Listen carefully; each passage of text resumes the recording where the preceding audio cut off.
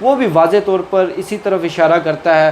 اس کے ساتھ ساتھ آپ دیکھیں کراچی کے معاملے کے اوپر جن سیاسی جماعتوں کے مابین اتفاق رائے ہوا ہے، اتفاق رائے کس نے کروایا وہ تو آپ کو اور ہم سب کو بخوبی معلوم ہے، لیکن اس پورے منظرنامے میں نون لیگ کہیں نظر نہیں آتی۔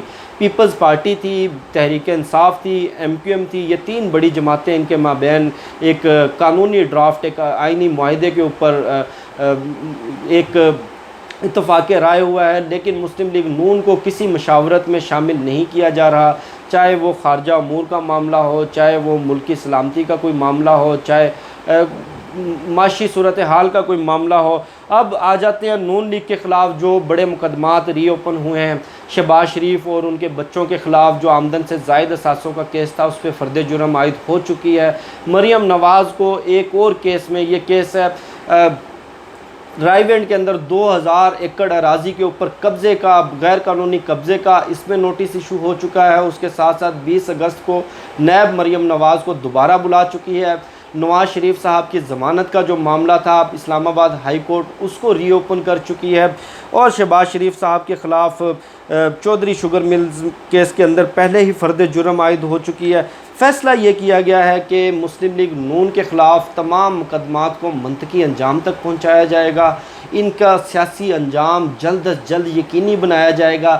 ان لوگوں نے جتنی کرپشن کی، ملکی خزانے کو لوٹا، اس کا احتساب کر کے ان کو قانون کے مطابق سزا دی جائے گی۔ اب آ جاتے ہیں نون لیگ کی تحریک انصاف حکومت کی 2 سالہ کارکردگی پر بڑی تنقید ہوتی ہے کہ انہوں نے معیشت تباہ کر دی، انہوں نے ملک تباہ کر دیا، ان سے نہیں چل پا رہا، ان سے نہیں سنبھل پا رہا۔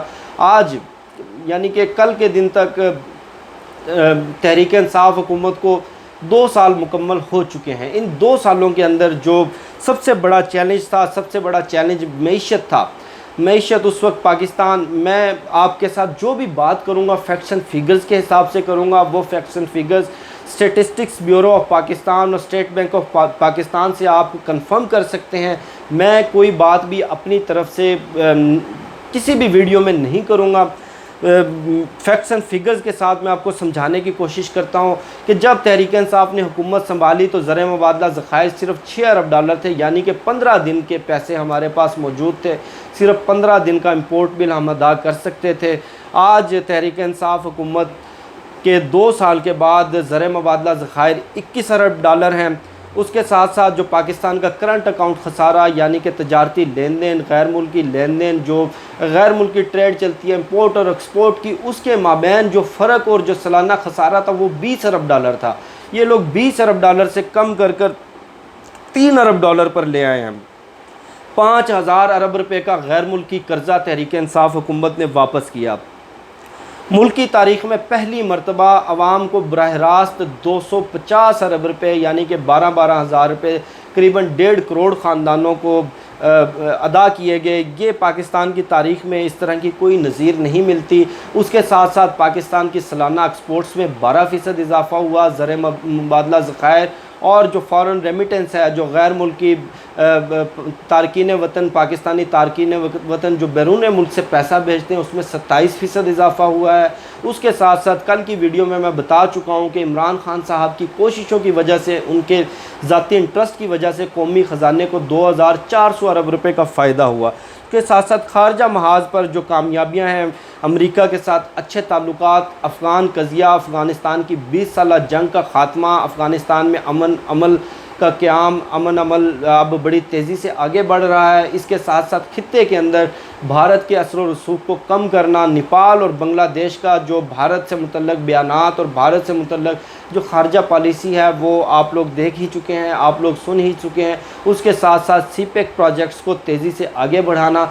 اس تمام تر سناریو کے اندر آج جب اسد عمر صاحب پریس کانفرنس میں یہ سب کچھ بتا رہے تھے، انہوں نے ایک بڑے مزے کی بات کی کہ آج عمران خان صاحب نے فیصلہ کر لیا ہے کہ ان کی سیاسی اننگ اب لمبی چلے گی، ان کی سیاسی اننگ وہ کریز کے اندر لمبے ٹائم تک رکے رہیں گے۔ اپوزیشن ابھی انتظار کرے، اپوزیشن ابھی صبر کرے، یعنی کہ اگلے 5 سال بھی تحریک انصاف 5 سال یعنی کہ 2028 تک کا منصوبہ اپنے ذہن میں بنائے بیٹھی ہے۔ اب یہ وہ سارے معاملات، یہ وہ ساری کامیابیاں، یہ وہ ساری پرفارمنس جو کہ میں نے آپ کو فیکٹس اینڈ فگرز کے ساتھ سمجھائی، جس کو اپوزیشن کسی طرح بھی ماننے کو تیار نہیں، اور خود اپوزیشن کی اپنی جماعتوں میں اتنے اختلافات، ایک دوسرے پر عدم اعتماد، اور ہر جماعت، ہر رہنما صرف اور صرف اپنی کرپشن اور اپنا سیاسی مستقبل بچانے میں پڑا ہوا ہے، اور یہ لوگ تنقید کرتے ہیں ملکی معاملات پر، عوام کو گمراہ کرتے ہیں۔ میں انشاءاللہ ان لوگوں کی اصلیت اور حکومت کی پرفارمنس، اور جہاں پر حکومت غلطی کرے گی وہاں پر ہم لوگ بھی تنقید کریں گے، یہ آپ لوگوں کے ساتھ شیئر کرتا رہوں گا۔ مجھے شفقت علی کو دیجیے اجازت، انشاءاللہ آپ سے نیکسٹ ویڈیو میں ملاقات ہوگی۔ اپنا خیال رکھیے گا۔ پاکستان زندہ باد۔ اللہ حافظ۔